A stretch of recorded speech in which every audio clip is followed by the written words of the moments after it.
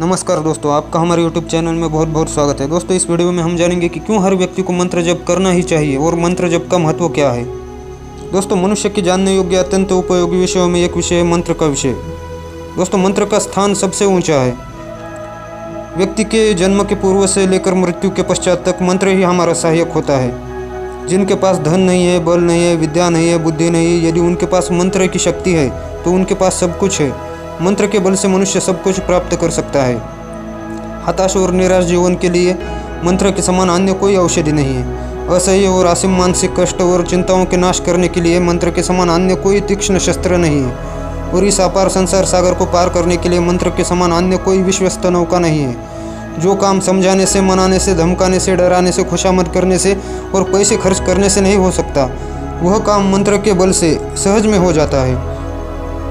मंत्र के बल से धन मिल सकता है, स्त्री मिल सकती है, पुत्र मिल सकता है, मित्र मिल सकता है, विद्या मिल सकती है, बुद्धि मिल सकती है, मान सम्मान मिल सकता है।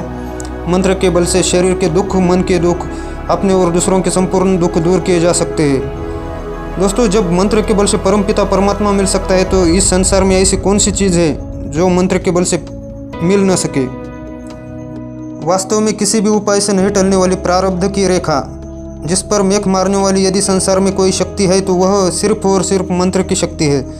इसीलिए महात्मा तुलसीदास जी ने कहा है कि जिस समय धन दौलत नष्ट हो जाए, मित्र शत्रु हो जाए, चारों ओर से विपत्ति के बादल सिर पर मंडराने लगे, कोई सहारा देने वाला नजर न आता हो, दुख के दूर होने का कोई उपाय समझ में न आता हो, ऐसे समय में यदि मनुष्य मंत्र का जाप आरंभ कर दे तो इसमें संदेह नहीं है कि थोड़े ही दिनों में उसकी दशा पलट जाएगी, उसकी विपत्ति नष्ट हो जाएगी और उसकी सारी कामनाएं पूर्ण हो जाएंगी। जिस मनुष्य का मन सदा घबराता रहता हो, बेचैन रहता हो, उदास रहता हो, किसी काम में न लगता हो, दुखी रहता हो, ऐसा मनुष्य यदि मंत्र का जप करे तो उसकी घबराहट, बेचैनी, उदासी, चंचलता आदि सब दुख शर्तियाँ दूर हो जाएंगे और मन प्रसन्न रहने लगेगा। जिसके शरीर में कोई रोग हो अथवा उसके किसी संबंधी के शरीर में कोई रोग हो जो किसी तरह अच्छा नहीं होता हो, अनेक उपाय करने पर भी फायदा न मिलता हो, ऐसी अवस्था में विधि और विश्वास के साथ किया हुआ मंत्र का जप उस रोग को अवश्य ही दूर करेगा।